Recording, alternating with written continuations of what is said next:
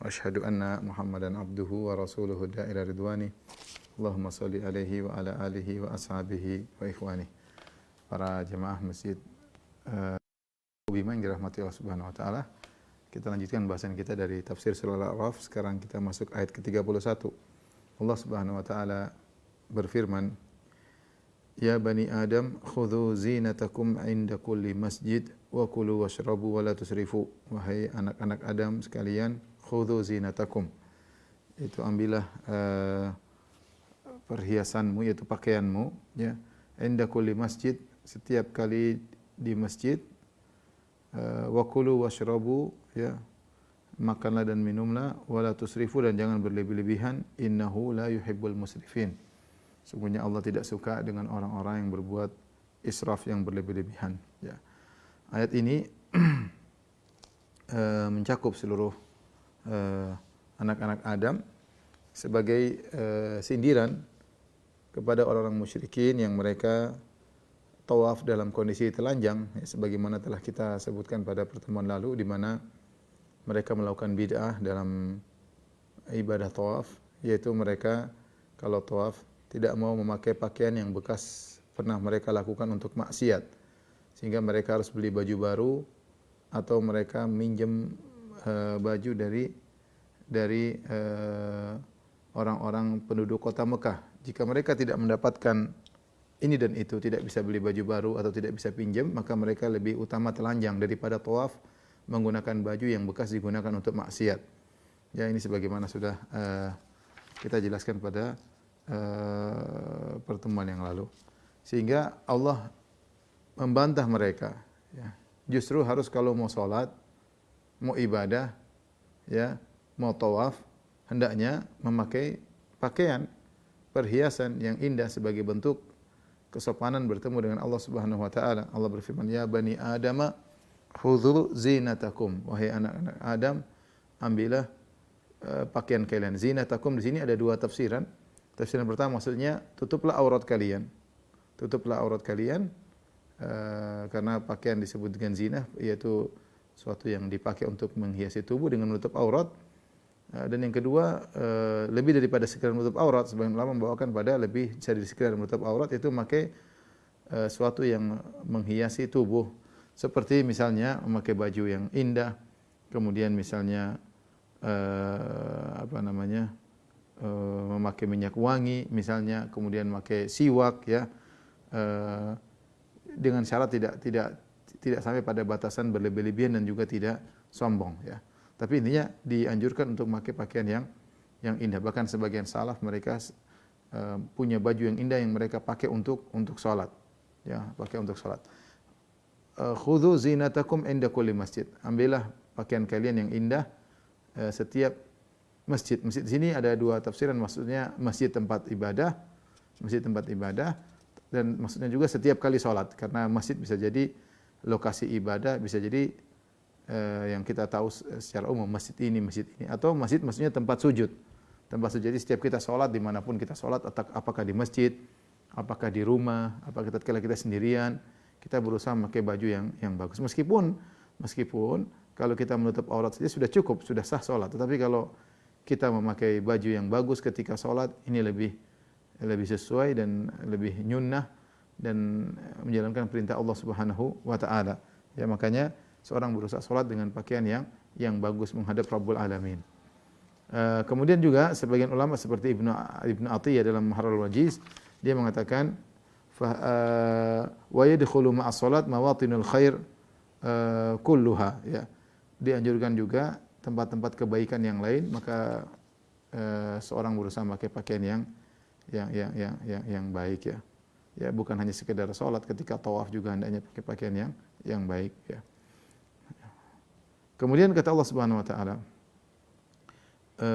kulu washrabu wa la tusrifu. Makanlah dan minumlah, wa la tusrifu, dan jangan berlebih-lebihan.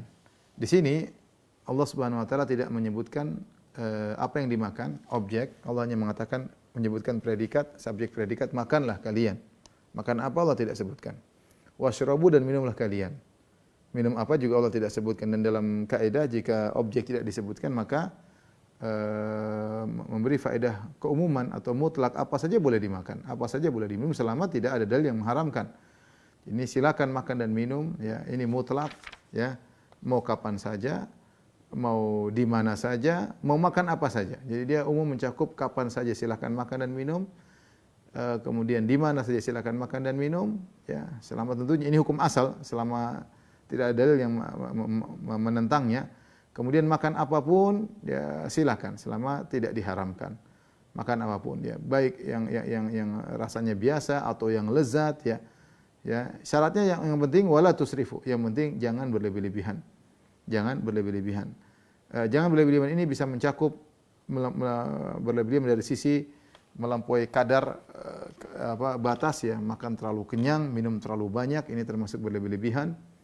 Kemudian juga di antaranya dari sisi nilai terlalu mahal, ya, berlebih-lebihan, makanannya mahal, minumannya mahal, terlalu berlebih-lebihan. Selama tidak sampai pada derajat berlebih-lebihan, maka dibolehkan. Maka dibolehkan, ya. Maka dibolehkan karena hal ini mencakup semua yang dibolehkan oleh Allah Subhanahu wa taala. Jika seorang makan tidak berlebih-lebihan, minum tidak berlebih-lebihan, maka dia akan bisa menjaga kesehatannya. Oleh karenanya diriwayatkan dari Ali ibn al-Husain bin Waqid, dia mengatakan jama'allahu at-tibba fi nisfi ayah. Allah mengumpulkan seluruh ilmu medis pada setengah ayat, yaitu kulu washrabu wala tusrifu. Makanlah dan minumlah, jangan berlebih-lebihan. Siapa yang komitmen dengan ini, makan, minum, tidak berlebih-lebihan, maka dia akan sehat. Dia akan sehat. Tidaklah muncul penyakit kecuali dari sisi makan berlebih-lebihan atau minum berlebih-lebihan, ya.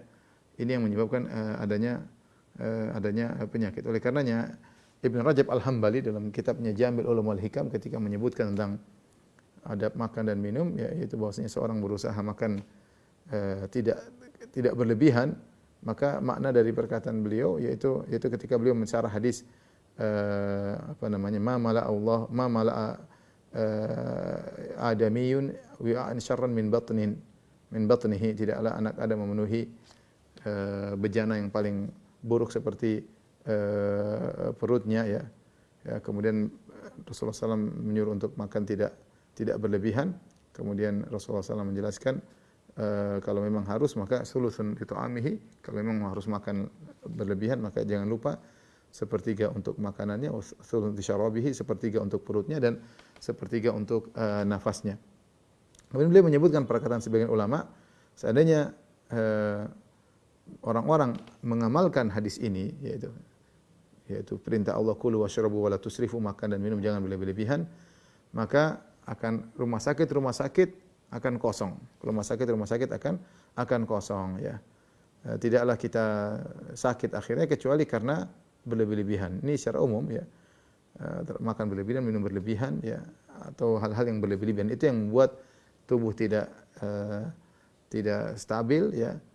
Sehingga akhirnya terjerumus dalam penyakit. Maka tadi indah perkataan Ali bin Husain bin Waqid, jama'allahu tibba fi nisfi ayat. Allah mengumpulkan kesehatan seluruhnya pada setengah ayat, kulu washrabu wala tusrifu, makan dan minumlah dan jangan berlebih-lebihan. Kemudian faedah dari Ar-Razi ketika menyarah firman Allah, khudhu zinatakum, ambillah, nanti akan sampaikan, Allah akan ulangi lagi, zinat Allah akan Allah ulangi lagi. Kita tunda, ya. Kemudian Allah Subhanahu wa taala berfirman, innahu la yuhibbul musrifin. Sungguhnya Allah tidak menyukai orang-orang yang berlebih-lebihan, ya. Tidak menyukai orang-orang yang berlebih-lebihan. Tadi kita katakan silakan makan, silakan minum, yang penting tidak berlebih-lebihan dan bi ghairi sarafin wala makhilah. Jangan berlebih-lebihan, jangan sampai mengantarkan kepada kesombongan. Kemudian Allah Subhanahu wa taala berfirman, ya.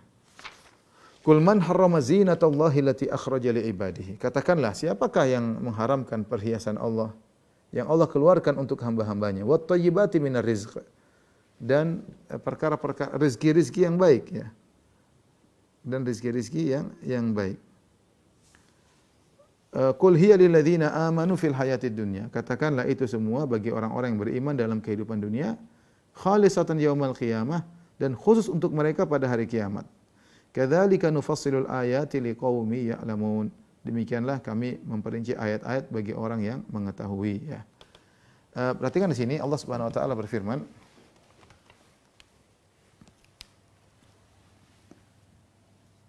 Qul man harrama zinatallah allati akhraja li ibadihi wat thayyibati minar rizqi.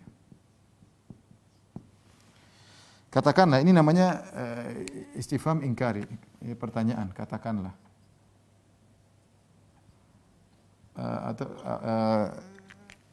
Apa namanya pertanyaan di sini, katakanlah, man harrama, siapa yang mengharamkan?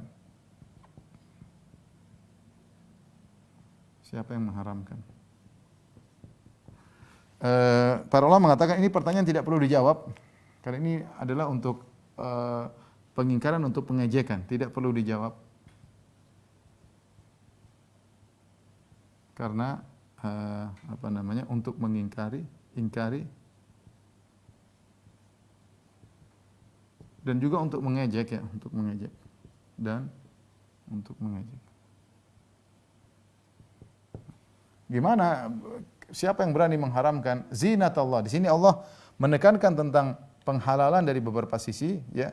Ini Allah menekankan penghalalan, ya. Allah menekankan penghalalan. Tidak haram, penghalalan. Pertama, Allah mengatakan zinatullah. Ini yang pertama. Allah sandarkan zinah, yaitu perhiasan, ya.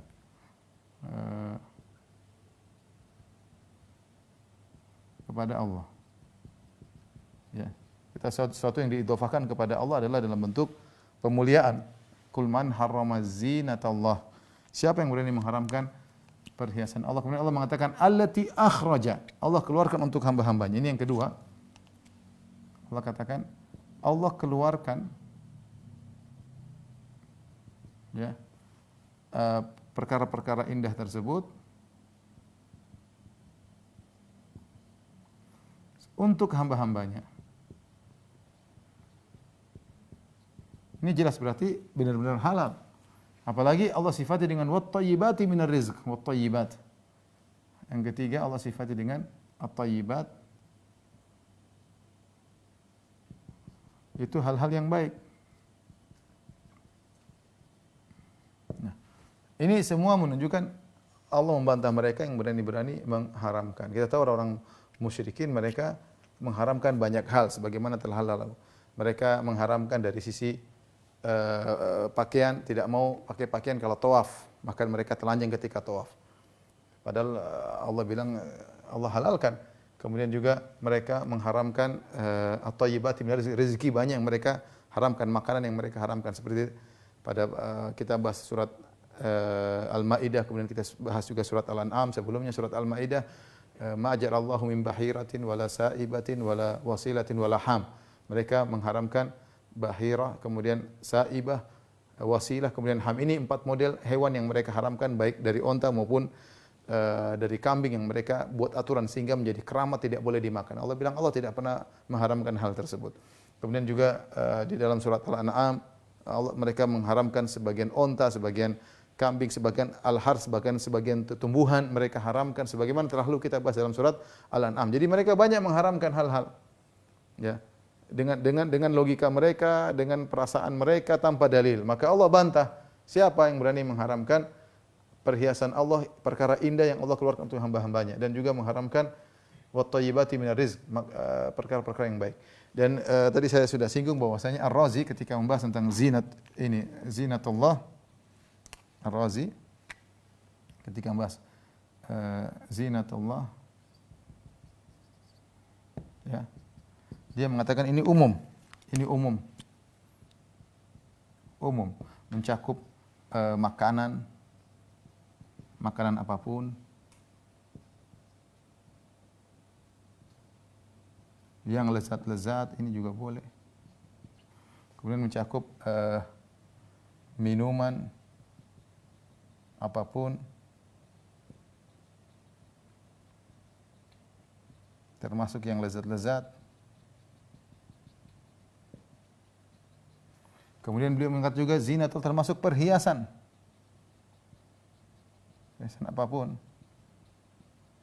Ya. Kata beliau bahkan hukum asalnya emas halal kalau bukan karena ada emas sutra sebenarnya boleh, hanya saja ada dalil yang mengharamkan. Hanya dalil yang mengharamkan bagi laki-laki emas dan sutra. Kalau tidak maka kita akan ambil keumuman ayat ini. Tapi ada dalil yang menunjukkan kecuali yang diharamkan ya.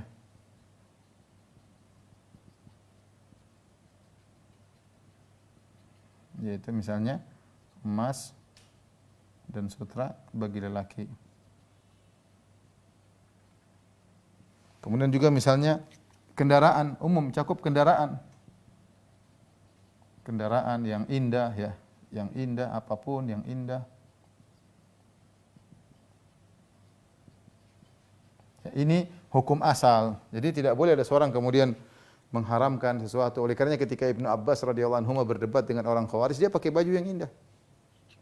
Orang Khawarij merasa pakai baju indah kayaknya orang pikir dunia, dan ini bicara Ibnu Abbas orang alim. Dianggap mikir dunia. Dia bilang Rasulullah pernah pakai baju indah ya. Rasulullah pernah menegur orang sengaja pakai baju yang kurang baik padahal dia punya baju yang bagus ya. Oleh karenanya Allah telah menurunkan berbagai macam rizki, berbagai macam keindahan. Kita boleh pakai. Syaratnya cuma dua. Yang penting ya. Yang dua, cuma dua. Yang penting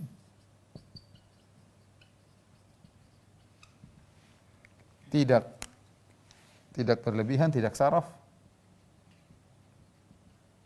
israf, dan tidak sombong. Itu aja. Makhilah atau makhilah. Itu syaratnya.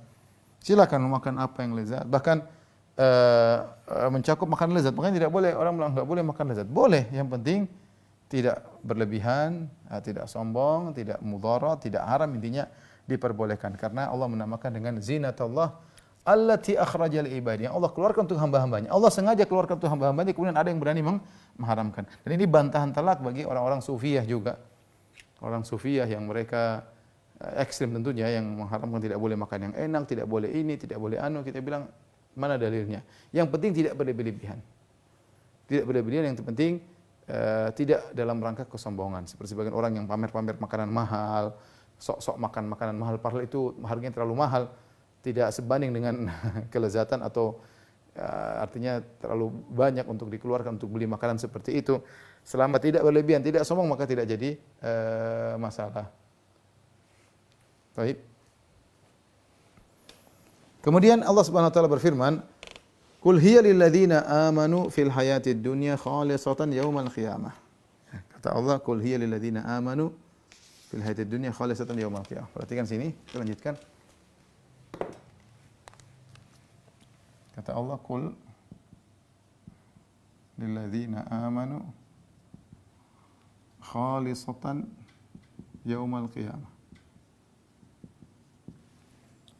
Katakanlah bahwasanya itu semua untuk orang beriman. Katakanlah ini semua untuk orang-orang beriman. Murni untuk mereka pada hari kiamat. Murni khusus atau murni untuk orang beriman pada hari kiamat.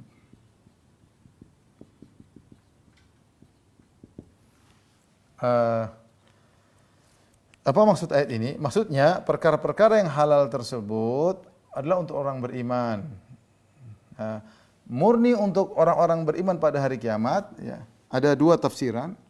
Ya. Dua tafsir. Yang pertama maksudnya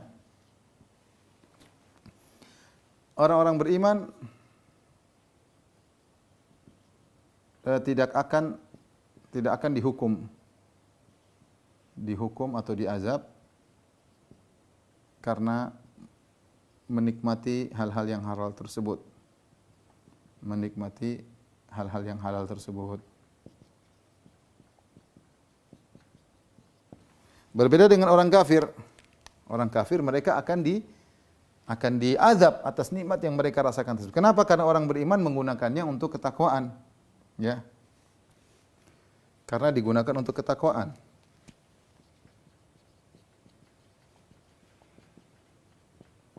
Untuk ketakwaan. Nah, Mafhumnya, mafhum mukhalafah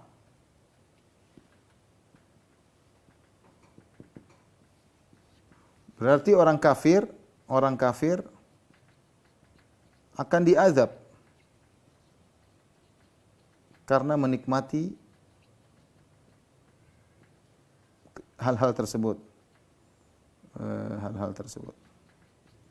Jadi orang kafir makan, mereka minum, mereka mempunyai kendaraan yang mewah, mereka punya gedung yang mewah, rumah yang mewah. Ya, mereka akan diazab karena Allah berkata, "Tsumma latus'aluna yauma idzin 'anil na'im." Ya, kemudian kalian akan ditanya tentang kenikmatan yang kalian rasakan. Ada tanggung jawabnya. Ternyata mereka gunakan nikmat tersebut bukan untuk beriman kepada Allah, tapi untuk kafir kepada Allah Subhanahu wa taala. Maka akan diazab oleh Allah Subhanahu wa taala. Demikian juga orang-orang yang demikian juga yang menggunakan nikmat tersebut untuk maksiat.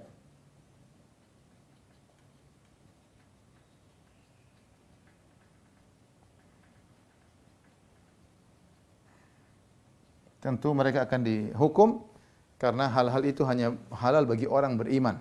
Ini tafsiran pertama. Makanya Allah mengatakan, "Qul hiya lil ladzina amanu." Ini semua halal bagi orang beriman, khalisatan yaumal qiyamah.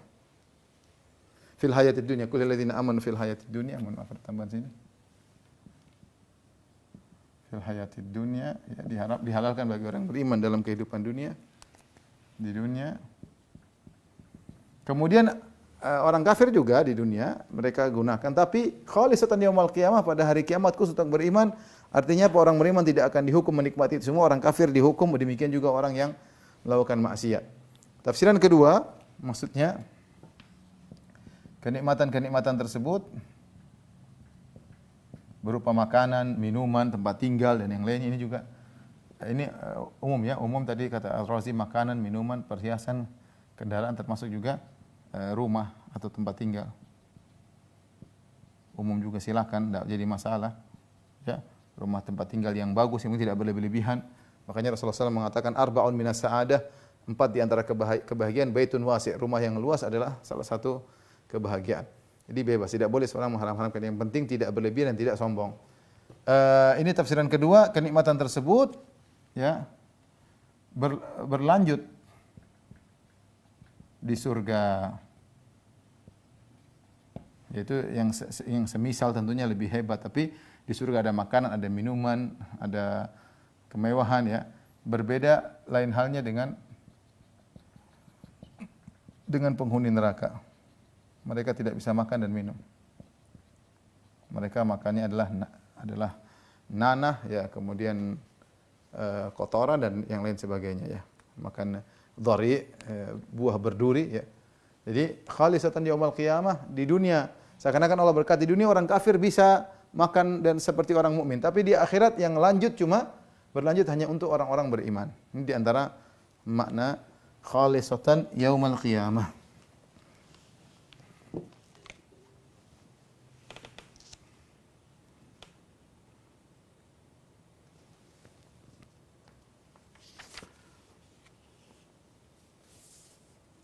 Kadzalika nufassilul ayati liqaumi ya'lamun. Demikianlah kami perinci ayat-ayat kami bagi orang yang mengetahui ya. Win, tolong dihapus.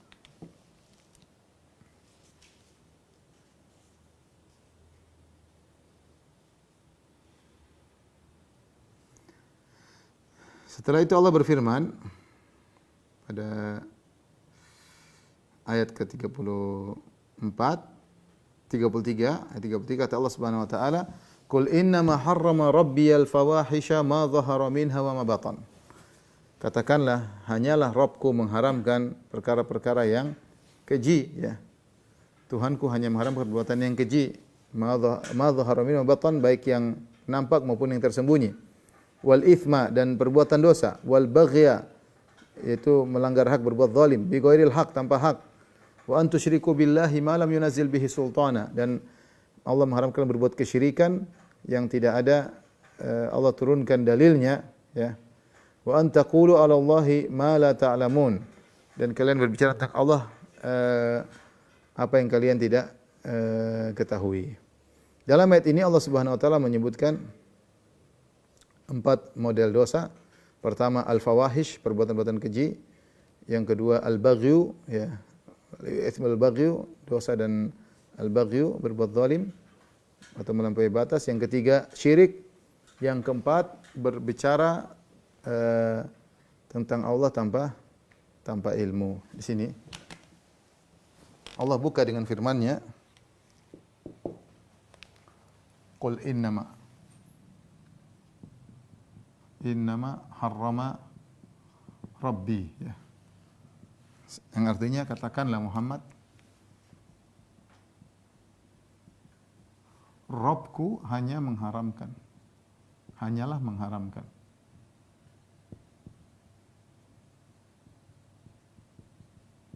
Mengharamkan. Kemudian disebutkan sini pertama al-fawahish, Rabbi al-fawahish.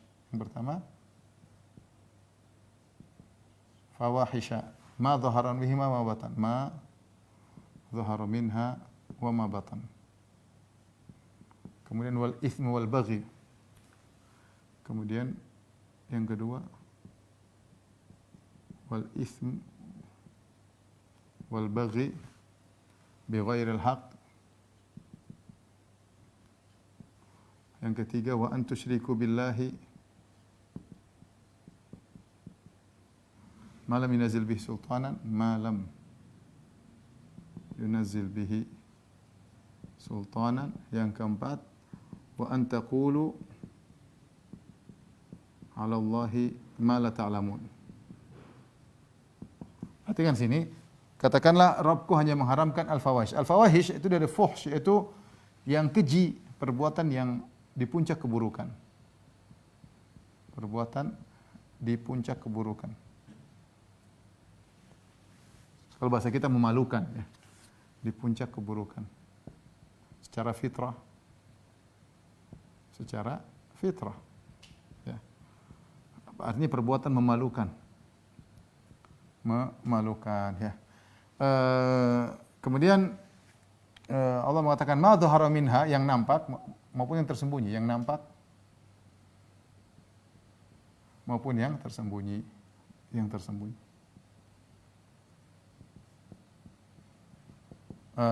nampak seperti zina, liwat, kemudian yang lain, batan yang tersembunyi seperti Allah mengatakan pelit, kemudian ujub, kemudian hasad dan yang lain, itu adalah perbuatan-perbuatan yang buruk, yang fitrah tidak suka, namanya orang sombong dan yang lainnya, ya.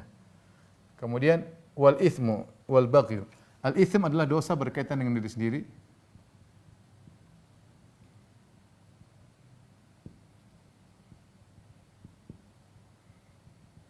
Kemudian wal baghyu, menzalimi orang, melampaui batas, berkaitan dengan hak orang, dengan hak orang lain, baik harta, darah maupun harga diri. Ini semua disebut dengan al-baghyu. Bi ghairil haq, yang tanpa hak. Wa an tusyriku billahi ma lam yunzil bihi sultana. Kesyirikan yang tanpa hujjah. Tanpa sultan. Sultan maksudnya hujjah. Wa an taqulallahi ma la ta'lamun. Yang keempat adalah berbicara tentang Allah tanpa ilmu. Dan ini terkait seperti tentang nama-namanya, nama-nama Allah, Asmaul Husna, kemudian sifat-sifatnya, kemudian di antaranya misalnya af'aluhu, perbuatan-perbuatannya. Di antaranya adalah syariatnya. Ini bicara tentang Allah tanpa ilmu. Ibnu Taimiyah rahimahullah menjelaskan di antara keistimewaan 4 ayat ini, apa keistimewaannya? 4 perkara ini istimewaan.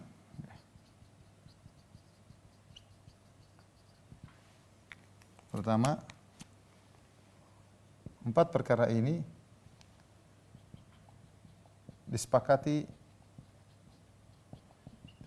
oleh syariat, seluruh syariat Nabi, seluruh syariat para nabi. Jadi semua syariat para nabi mengharamkan ini. Yang kedua, 4 perkara ini diharamkan secara zatnya.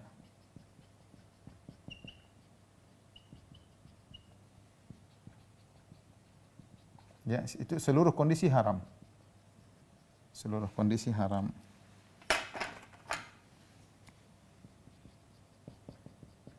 Lain halnya misalnya kita bicara tentang daging babi. Daging babi dalam kondisi darurat boleh bisa jadi halal. Daging babi dalam kondisi darurat bisa jadi halal. Ya, adapun ini haram secara mutlak dalam segala kondisi ya. Kemudian yang ketiga di antara keistimewaannya ini disebut oleh Ibnu Taimiyah rahimahullah, yang ketiga disebutkan oleh Tahir bin Asyur bahwasanya inilah 4 perkara yang justru dilakukan oleh kaum musyrikin. Oleh kaum musyrikin. Makanya di sini al-qasr sini innama kata Tahir bin Asyur innama adalah qasr idhafi. Maksudnya hanyalah, bukan berarti maksudnya ada perkara-perkara yang haram selain ini masih banyak, bukan cuma 4 ini. Tapi kenapa Allah mengatakan hanyalah yang haram 4 ini? Seakan-akan Allah membantah orang musyrikin. Allah mengatakan, wahai orang kaum musyrikin, kalian mengharamkan pakai baju, pakai rida dan izar, pakai kain ihram ketika tawaf, kalian haramkan. Kalian mengharamkan hewan-hewan ternak seperti al-an'am, kalian haramkan karena berbagai macam alasan. Kalian mengharamkan sebagian hasil tumbuhan, kalian mengharamkan beberapa hewan yang kalian keramatkan. Itu semua salah. Yang haram itu sebenarnya itu ini loh yang haram. Yang justru ini yang kalian lakukan. Makanya seakan-akan Allah menyindir mereka, membantah mereka, justru yang haram itu ini. Yang ini semua kalian kerjakan. Jadi makanya qasr idhafi, karena kita tahu yang diharamkan oleh Allah bukan cuma ini, ada khamar, ada yang lainnya banyak ya. Tapi Allah membatasi karena inilah yang benar-benar mereka lakukan, justru kalian harusnya fokus ke sini yang kalian halalkan, bukan yang hewan yang kalian haramkan. Justru ini harusnya kalian haramkan, bukan itu. Ya. Tapi inilah secara singkat tentang ayat ini. Perhatikan sini al-fawahish, perbuatan yang buruk secara fitrah memalukan. Dan Ibnu Taimiyah rahimahullah masukkan dalamnya di antaranya membuka aurat ya. Di antara bentuk fawahish di antaranya kata Ibnu Taimiyah dalam Iqtida' Shiratal Mustaqim dan juga Majmu' Fatawa adalah membuka aurat. Membuka aurat ini perbuatan keji, malu, hal yang dipermalukan secara fitrah. Bagaimana orang membuka aurat kemudian termasuk melihat aurat. Melihat aurat orang, ini juga perbuatan keji. Tontonan-tontonan yang ada yang aurat terbuka dilihat adalah perbuatan keji, termasuk perkara yang memalukan ya. Yang dilarang oleh Allah Subhanahu wa taala. Jadi membuka aurat, dalil membuka aurat ya Allah menamakan fahisha, wa idza fa'alu fahishan sebagai ayat sebelumnya, wa idza fa'alu fahishatan, jika mereka melakukan perbuatan keji yaitu tawaf sambil telanjang, itu Allah menamakan perbuatan keji karena itu membuka aurat. Termasuk kata Ibnu Taimiyah melihat juga aurat orang.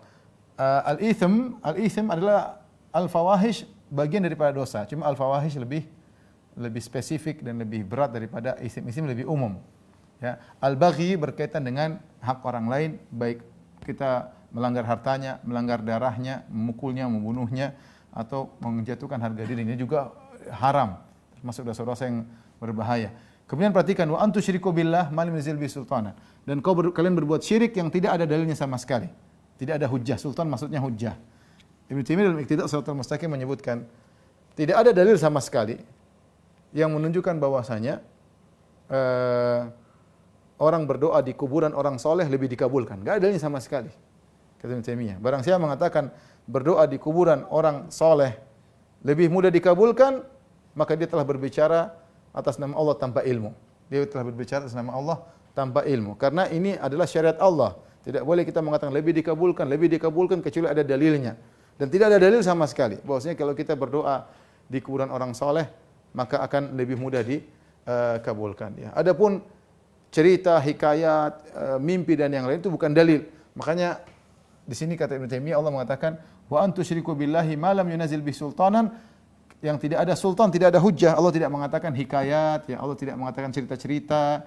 Karena kalau cerita orang banyak berdalil dengan cerita, oh saya berdoa di kuburan ini jadi begini. Itu cerita. Anda sedang berbicara tentang agama Allah, bukan cerita tentang pengalaman pribadi. Kita bicara agama Allah harus ada dalilnya. Kalau nggak dalilnya nggak boleh. Ya. Nah, kalau bicara tentang hikayat cerita-cerita, orang Nasara juga bilang saya pergi ke gereja berdoa kemudian dikabulkan. Orang Buddha juga pergi ke kuil dikabulkan. Nah, terus gimana? Kenapa orang musyrikin Arab dulu bertahan dalam kesyirikannya? Karena mereka merasa sebagian doa mereka dikabulkan. Kalau nggak pernah dikabulkan sama sekali, mereka nggak akan bertahan dengan sembahan-sembahan mereka. Allah kabulkan tapi istidraj. Ya, maka harus ada sultan. Maka semua tentang agama Allah harus ada dalilnya, Al-Quran atau Sunnah. Kalau nggak ada dalilnya, maka Allah tidak pernah mengatakan pakai mimpi-mimpi atau pakai hikayat-hikayat atau pakai akal-akal, enggak. Ya. Allah bilang sultan, hujjah. Ada dalilnya kerjakan, kalau enggak maka enggak. Ya. Kemudian wa antaqullahi ma la ta'lamun, dan kalian bicara tentang Allah tanpa ilmu, bicara tentang nama-namanya, sifat-sifatnya, perbuatannya, syariatnya. Ada dalil ditolak, Allah mau begini ditakwil, Allah mau begini ditakwil, ratusan ayat ditakwil, ratusan hadis ditakwil. Subhanallah. Sebagian orang nekat mentakwil, sampai sebagian mereka nekat mengatakan semua ayat-ayat yang menyebutkan tentang sifat-sifat Allah dzatiyah seperti wajah, seperti tangan itu ayat-ayat syirik, ayat-ayat syirik. Mereka sebut itu ayat-ayat syirik. Kalau ada judul kitab namanya Kitabus Sunnah, seperti ulama salaf dulu menulis kitab Kitabus Sunnah, isinya tentang akidah, kata mereka itu kitab syirik. Karena zahirnya isinya syirik, harus ditakwil semuanya.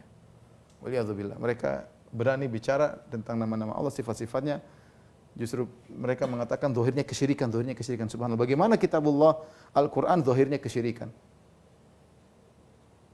Taib, ini tentang ayat ke-34. Al-fawahish, kata Ibn Taimiyah, berkaitan dengan syahwat. Al-baghyu berkaitan dengan al-ghadab, kemarahan. Kemudian syirik, ketidakadilan. Gimana yang ciptakan Anda cuma Allah, kemudian Anda beribadah kepada selain Allah. Wa an taqulu 'ala Allah, ini adalah rusaknya ilmu, tanpa ilmu. Inilah empat sumber kemaksiatan, apakah dengan syahwat, apakah dengan kemarahan, apakah dengan ketidakadilan, apakah dengan tanpa ilmu. Ini kaitannya dengan ayat ke-34.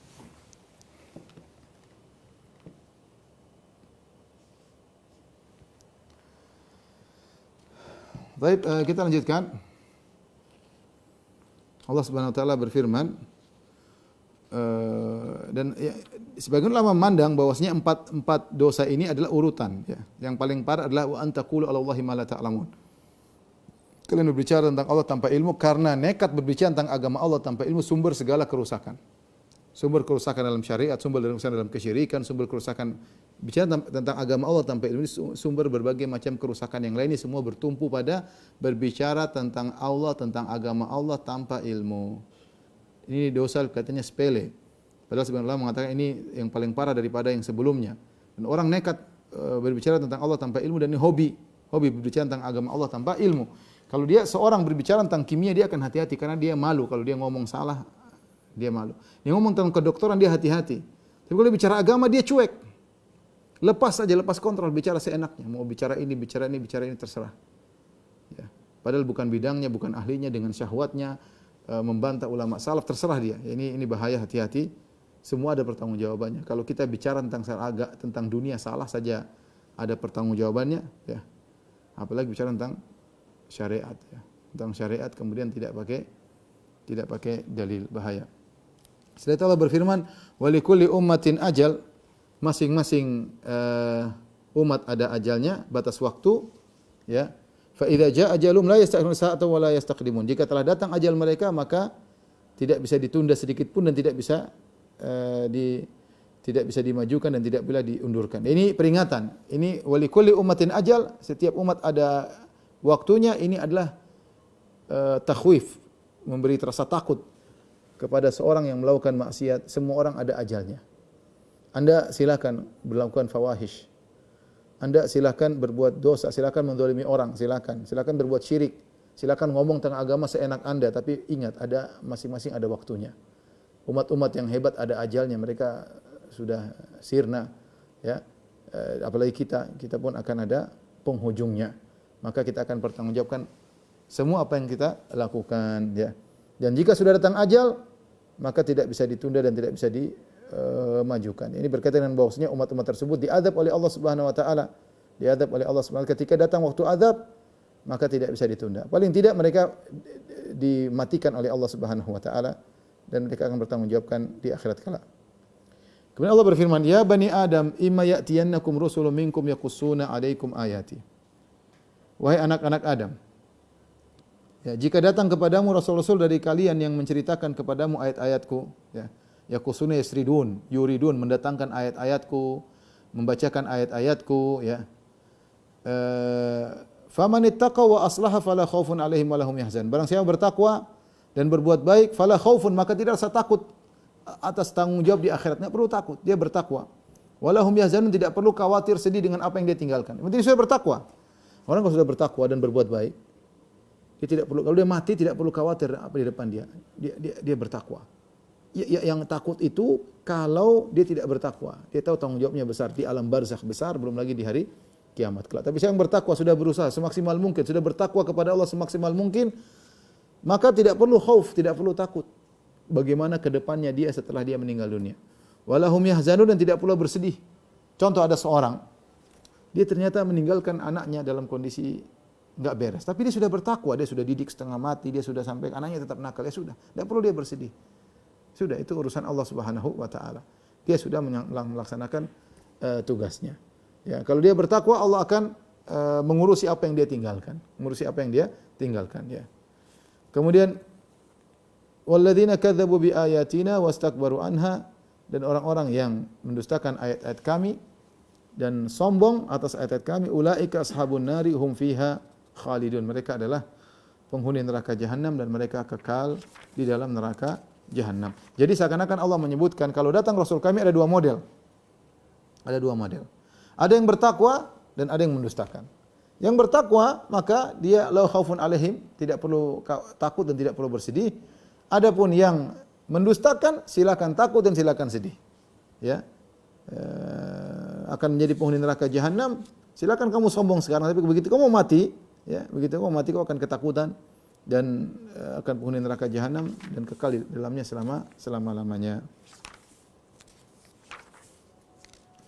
Tapi ayat terakhir kita bahas pada kesempatan kali ini, kata Allah, "Faman azlamu mimman iftara 'ala Allahi kadziban aw kadzdzaba bi ayatihi." Siapa yang lebih zalim dari orang yang membuat-buat dusta atas nama Allah, au kadzdzaba bi ayati, atau mendustakan ayat-ayatnya. Ini dua hal yang parah. Mendustakan atas nama Allah, ngaku-ngakuin dari Allah, atau dia sudah tahu ayat Allah dia dustakan. Ya. Dan tidak mungkin Nabi melakukannya. Nabi apa yang dia peroleh dengan dia berdusta nama Allah? Enggak ada, ya. Nabi tidak mencari dunia. Nabi SAW hanya ingin orang dapat hidayah. Jadi sangat jauh kalau kalian menuduh Nabi mengada-ngada dalam ayat-ayat Allah. Nabi tidak ada keuntungan dalam dia. Kecuali kalau Nabi SAW kemudian jadi orang kaya raya, kemudian semewah-mewahnya hidup. Beliau tidak begitu. Jadi buat apa dia berdusta kalau ternyata dia juga tidak mendapatkan dunia sama sekali, ya. Dia tidak mendapatkan dunia sama sekali. Jadi jauh Rasulullah SAW dari sikap berdusta nama Allah. Justru kalian yang telah berdusta nama Allah, mengharamkan ini, mengharamkan anu, tidak boleh begini, tidak boleh begini, hati-hati. Au kadzdzaba bi ayatihi, atau mendustakan ayat Allah. Ini orang yang paling zalim. Orang yang paling zalim berani berdusta nama Tuhan atau mendustakan ayat-ayat Tuhan. Kata Allah, ulaika yanaluhum nasibuhum minal kitab. Mereka itulah yang akan peroleh bagian yang telah ditentukan dari Alkitab. Alkitab sini ada dua, ada tafsiran, ada yang mengatakan maksudnya Lauhul Mahfuz, ada yang mengatakan Al-Qur'anul Karim.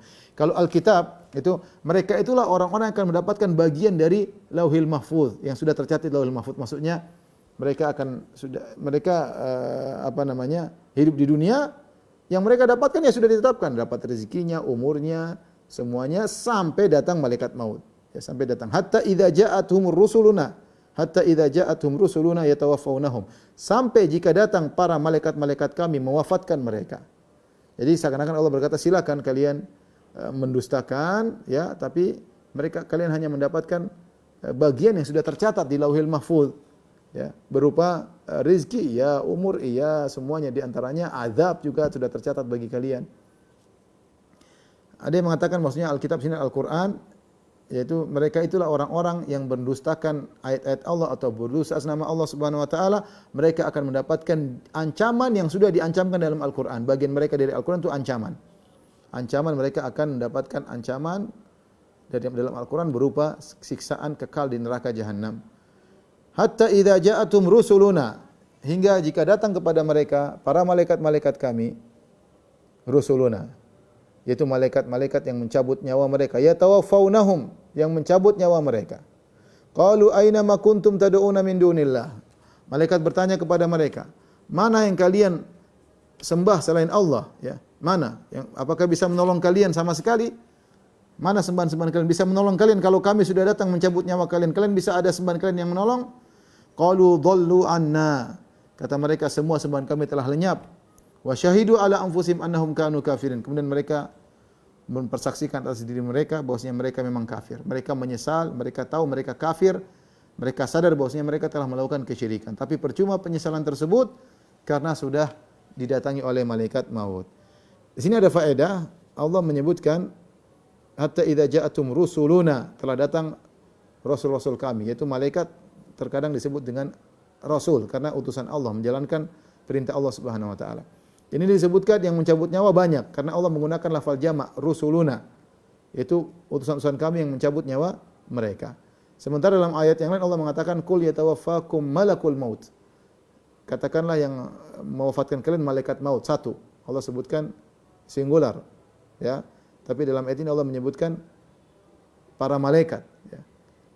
Kemudian dalam ayat yang Allah mengatakan Allahu yatawaffal anfus, Allah yang mencabut nyawa. Jadi yang mencabut nyawa dalam Al-Qur'an ada tiga ayat. Kadang disebut Allah yatawaffal anfus, Allah yang mencabut nyawa. Dalam ayat yang lain qul yatawaffakum malakul maut, yang mencabut nyawa malaikat maut, dan dia mufrad singular. Terkadang dalam ayat tawaffathum rusuluna, ya, mencabut nyawa mereka para malaikat kami, rasul-rasul kami. Terus bagaimana mengkompromikannya? Jawabannya bahwasanya sebenarnya mengatakan malaikat maut cuma satu tapi anak buahnya banyak, awannya banyak. Ya, awannya banyak. Apakah mereka yang menarik nyawa nanti tinggal setelah di penghujung kerongkongan malaikat maut yang cabut, atau malaikat maut cabut kemudian malaikat maut, atau mereka mencabut atas perintah malaikat maut? Intinya malaikat maut cuma satu tapi anak buahnya banyak yang mencabut nyawa-nyawa manusia. Dan semua atas perintah Allah, maka wa ma kana nafsin an tamuta illa bi idznillah kitaban muajjala. Kita tahu bahwasanya tidak ada jiwa yang mati kecuali dengan izin Allah Subhanahu wa taala, ya. Wallahu alam bisawab. Ini saja yang mungkin yang bisa sampaikan pada kesempatan kali ini. Mungkin kalau ada yang bertanya Mas Dwi, Pak, saya persilakan. Wallahu alam bisawab. Barakallahu fikum, jazakallahu khairan Ustaz atas ilmu yang telah disampaikan. Ustaz izin membacakan pertanyaan yang telah masuk, Ustaz. Ya. Yang pertama, Assalamualaikum warahmatullahi wabarakatuh. Ustaz izin bertanya, bagaimana rumah seorang muslim yang dilapisi emas-emas seluruh rumahnya? Dan bagaimana hukum pakai mukena yang banyak karakternya dan banyak kembang-kembangnya sehingga membuat mata kita melihat begitu ramai? Waktu Anda salat tarawih akhir-akhir ini macam-macam motif mukena ibu-ibu. Demikian Ustaz pertanyaannya. Kita tahu bahwasanya jangankan untuk dinding rumah, untuk bejana haram bagi kata Nabi sallallahu alaihi wasallam suhaifu ahlil jannah. Itulah piring-piring bejana-bejana penghuni surga, maka diharamkan bagi kaum mukminin di dunia. Ya, kita tidak boleh pakai sutra karena itu libasu ahlil jannah. Di dunia tidak boleh. Bersabar, di dunia diuji, kita enggak boleh pakai seperti itu karena itu dianggap berlebihan dalam syariat. Wanita boleh, laki-laki tidak boleh. Kemudian khamar juga minuman yang lezat. Diakui semua khamar adalah minuman yang sangat lezat, tetapi di dunia tidak boleh karena Rasulullah mengatakan syarabu ahlil jannah, itu minuman penghuni surga. Kalau minum khamar nanti di surga. Sama bejana, piring-piring, itu juga suhaif ahli jannah, itu adalah bejana-bejana penghuni surga, maka tidak boleh. Kalau bejana piring yang kita perlukan saja tidak boleh pakai emas, apalagi yang cuma taruh dinding yang tidak ada kepentingannya sama sekali. Ya, ini bentuk berlebih-lebihan, israf, dan bisa mendatangkan kesombongan, maka tidak boleh seperti itu. Kemudian kita tempelkan bata emas, itu nanti di surga ada rumah terbuat dari emas. Di sini ngapain bata emas, nanti mengundang pencuri masalahnya. Ini ya, tidak perlu, hukumnya haram. Rasulullah saja benci kalau ada dinding ditempel dengan kain tanpa ada perlunya. Dinding ditempel dengan kain, ada dinding tempel dengan kain enggak ada perlunya, Rasulullah benci. Kecuali Ka'bah, adapun di rumah dipasang dinding enggak ada apa-apanya, lain dengan khorden. Kalau khorden ada keperluannya. Ini sekedar dinding tempel dengan kain untuk hiasan, makruh, apalagi emas ya. Emas tentunya tidak diperbolehkan. Yang kedua berkaitan dengan pakaian mukena. Intinya kita boleh pakai baju apa saja untuk sholat, indah boleh, yang penting tidak menimbulkan gangguan kita dalam sholat. Tidak menimbulkan gangguan bagi kita dalam sholat dan tidak menimbulkan gangguan pada orang lain. Jangan, mungkin bagi kita nggak apa-apa. Kalau kita di rumah nggak ada masalah, bebas. Misalnya istri kita pakai baju bunga-bunga dan dia biasa, dia senang karena baju indah dia pakai untuk sholat dan dia senang. Tapi lain halnya ketika dia keluar, dia pergi ke musalla dan itu di belakang dia ada orang lihat, khawatir mengganggu orang lain. Adapun kalau dia ngambil posisi paling belakang ya mungkin ya. Tapi intinya jangan memakai pakaian kalau di luar yang menarik perhatian, apalagi mengganggu sholatnya orang. Enggak ada masalah. Mungkin ditegur, kasih tahu, mas kayaknya sangat menarik menarik perhatian. Saya sempat terganggu ya. Ngomong baik-baik aja, mungkin dia tidak ngerti. Jadi intinya boleh kita pakai pakaian yang indah di rumah, yang penting jangan mengganggu sholat kita. Rasulullah SAW pernah menyuruh mengembalikan hadiah yang diberikan kepada Nabi karena mengganggu sholat Nabi. Nabi bilang ganti kain yang lain, ya, mengganggu sholat Nabi. Ya. Kalau tidak mengganggu sholat kita, jangan sampai mengganggu juga sholat orang lain. Allah alam bisawab. Jazakallahu khairan, barakallahu Ustaz atas jawabannya. Izin membacakan pertanyaan kita dan ini adalah pertanyaan yang terakhir untuk sore hari ini Ustaz. Ya. Izin bertanya Ustaz, bagaimana hukumnya memakan daging kelinci? Jazakumullah khairan. Enggak apa-apa kelinci, tidak ada dalil yang mengharamkannya. Dia bukan binatang buas. Dia bahkan binatang lucu. jadi tidak jadi masalah dimakan ya. Cuma kalau kita pelihara kita enggak tega nyembelihnya ya. Apalagi kelinci anak-anak. Tapi hukumnya tidak jadi masalah dimakan. Wallahu alam bisawab. Demikian saja, wabillahi taufiq wal hidayah. Assalamualaikum warahmatullahi wabarakatuh.